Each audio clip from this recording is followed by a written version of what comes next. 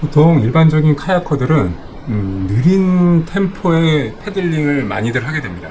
그거는 뭐 급류 카약이든 C 카약이든, 우리 급류 카약에서 뭐 플레이보트든 뭐 리버러닝이든 크리 카약이든 굉장히 느린 템포의 패들링을 하는 모습을 많이 볼 수 있습니다. 여러 가지 이유가 있겠지만 브레이드의 압력을 느끼기 위해서, 아니면 뭐 자세를 잘 잡기 위해서, 아니면 카야커들마다 저마다의 뭐 루틴을 찾기 위해서 느린 템포의, 느린 박자의 패들링을 하는 경우를 흔히 볼 수 있습니다. 하지만 카약 수준과 레벨이 차츰차츰 이렇게 쌓여가면서 그 느린 템포나 느린 박자의 패들링을 하게 되면 결국 시간이 쌓이고 구력이 쌓여가면서 후회하는 경우가 곧잘 생깁니다. 특히 급류 카약에서는 마찬가지고, 다운리버를 전제로 하는 뭐 급류 카약이든 C 카약이든 이 느린 템포로 패들링을 하게 되면은 그 카야커가 나중에 결국에는 후회하는 일이 거의 100% 존재합니다. 처음 카약을 배울 때, 패들링을 배울 때 그 패들링을 익히는 시기에는 그 패들링 자세에 집중하면서 동작을 천천히 가져가고, 그 다음에 이제 조금씩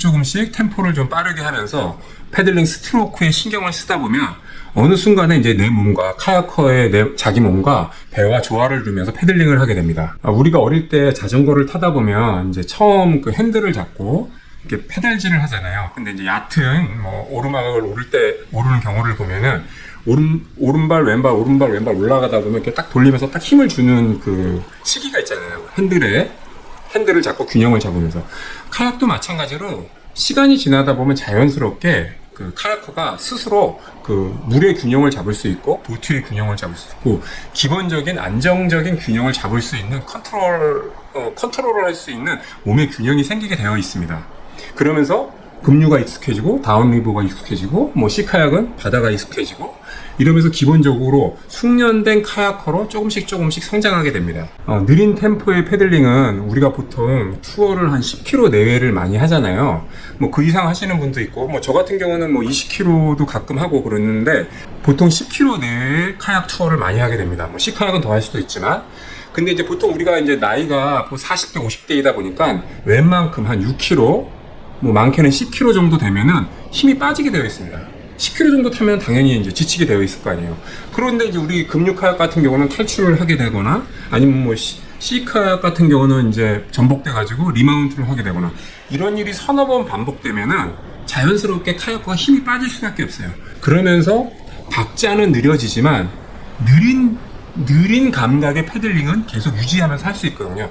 그렇게 자연스럽게 내 몸에 체득되는 게 좋습니다. 패들링 실력은 아직 충분하지 않은데, 느린 템포로 패들링을 하다가 갑자기 이제 빠른 패들링을 하려고 하면은 거의 잘 안 되는 경우가 대부분입니다. 특히 운동을 많이 안 해보고 40대 이후에 카약을 접해본 카야커들은 대부분 그렇습니다. 그리고 결정적으로 느리게 패들링을 하게 되면 물의 흐름을 타는 기술을 익히기가 아주 어렵습니다.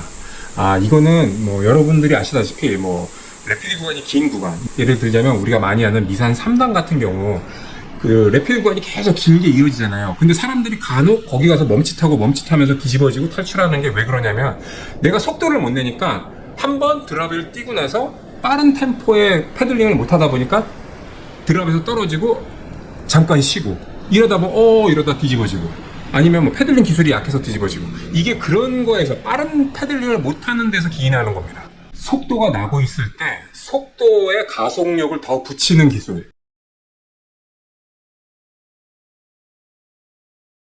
이게 왜 중요하냐면은, 보통 우리가 이제 카약을 타다 보면은 이 리버 클릭 하시는 급류 카약 타시는 분들이 드랍풀 경우를 많이 겪어요.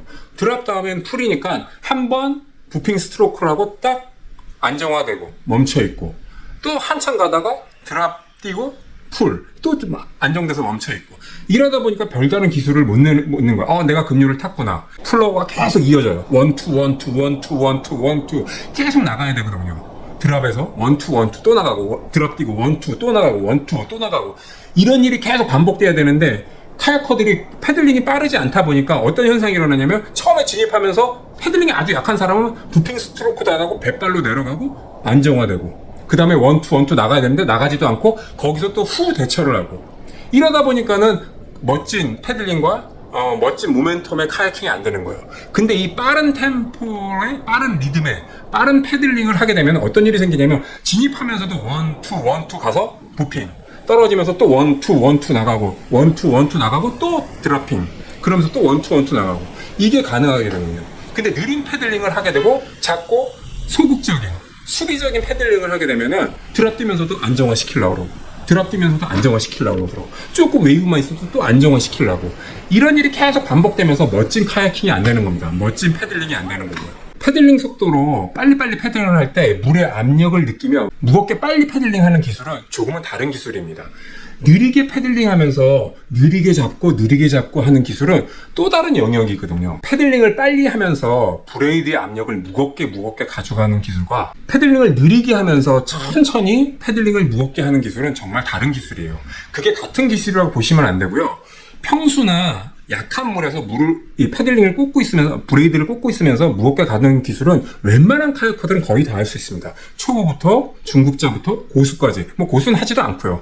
근데 래피드 구간, 물이 센 구간, 드랍 이런 게 계속 연결되어 있는 데서 빨리빨리 패들링을 하면서 물을 무겁게 잡는 기술은 전혀 다른 기술이라는 겁니다. 이거를 여러분들이 꼭 알고 계셔야 돼요. 레벨이 충분히 오른 상태에서 천천히 롱 스트로크로 뭐 길게 뽑으면서 워밍업을 하는 것은 굉장히 좋습니다. 모든 카약, 특히 급류 카약에서는 이 물에 대한 적응력은 굉장히 중요한 포인트입니다.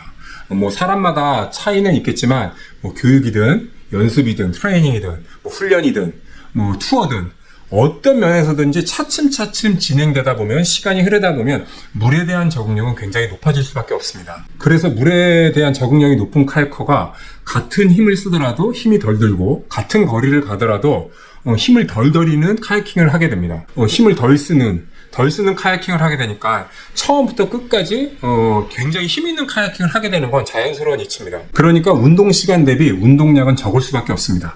사실 뭐 데인 잭슨이나 뭐 애니올이나 이런 뭐 에반 가르시아나 이런 친구들보다 제가 이제 나이는 많지만 제가 이제 피지컬이 훨씬 더 좋거든요. 제가 아마도 그 친구들보다 벤치 프레스나 뭐 스쿼트 잘은 모르지만 제가 조금 더 많이 칠 거라고 생각이 됩니다. 무게면에서. 근데 제가 얘네들보다 월등히 뒤지는 게 있을 거예요. 그거는 바로 패들링 근력입니다. 다른 근력은 그 친구들보다 한두 개 제가 더 앞설 수 있다고 장담합니다. 하지만 패들링 근육은 그 친구들보다 제가 월등히 낮을 거예요. 월등히가 아니라 아주 낮을 거예요. 만약에 예를 들자면 패들링 근력은 그 친구들은 10에서 뭐 9 정도, 뭐 9에서 10 다 쓰겠죠. 근데 저는 패들링 근력은 아마 10에서 5도 못 쓸 거예요. 그만큼 그 사람들은 힘을 효율적으로 패들링 근력을 쓸 수 있는 거를 뜻합니다. 카약 실력이 늘지 않고 뭐 헬스로 얘기하면 뭐 정체기 같은 이런 현상이 자주 일어나고 특히 다운리버에서 뭐 리버러닝, 리버클릭 이런 거를 주로 하시는데 뭐 자주 전복되거나 뭐 약간 내가 뜻하는 바대로 패들링이 안 된다고 실력이 안 된다고 느끼시는 분들은 빠른 패들링, 고강도 패스트 빠른 패들링 연습을 많이 해보시길 저 유타가 굉장히 권해드립니다. 패들링 실력은 부족한데 괜히 품만 잡지 말고 빠르게 가져가는 패들링을 연습해 보시길 바랍니다. 그래야지 패들링도 빨라지고 힘도 세지고 그러면서 사이사이에 이제 기술도 향상되고 그러면서 길게 제대로 된 패들링을 구사할 수 있습니다. 특히 나이 들고 구력이 오래된 이제 카야커들도 느린 패들링 하지 마시고 빠른 패들링을 하시길 바랍니다. 그 느린 패들링을 하게 되면 물에 대한 요령만 늘어요. 요령만 늘고 적응력만 늘어서 그냥 흐느적 그냥 그런 물만 타시는 거지 빠른 패들링을 할수록 몸에 근력이 생기고 근육력이 생기기 때문에 빠른 패들링을 할수록 여러분 건강에도 훨씬 더 좋아요.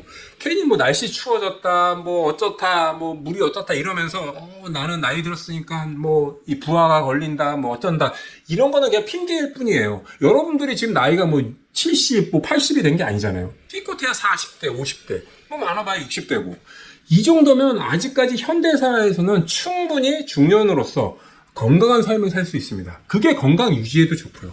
주기적으로 고강도 훈련을 하면서 근육량을 지켜야 돼요. 근력을 지키셔야 돼요. 그래야지만 뭐 우리 유튜브나 이런 데 인스타나 뭐 이런 SNS 보면은 나이 들수록 근력 운동을 하라고 그러잖아요. 똑같습니다. 카약도 카야킹만의 패들링 근력을 지키셔야 돼요. 그게 여러분들 실력 상상에도 좋고 건강도 유지하시고 오래오래 카야킹을 즐길 수 있다고 봅니다. 운동 시간보다 강도가 굉장히 중요해요. 총량의 운동보다 운동 강도를 높이기 위해서 충분히 내 몸에 신호가 올 수 있는 그냥 대충 하고 그냥 뭐 이렇게 근육통 받는 이 정도가 아니라 정말 숨을 헐떡일 수 있는 이 정도로 RPM을 높일 수 있는 고강도의 패들링을 하시는 게 굉장히 중요합니다. 이래야지 조금은 나은 물, 조금은 높은 물, 조금은 레벨이 높은 물을 탈 수 있어요. 그래야지만 여러분이 조금은 진일보하는 조금은 높아지는 고수의 카야킬로 가는 지름길이라 생각합니다. RPM을 높이세요. 그 RPM을 높이는 게 결국엔 고성능 자동차가 되는 고성능 카야커가 되는 지름길입니다.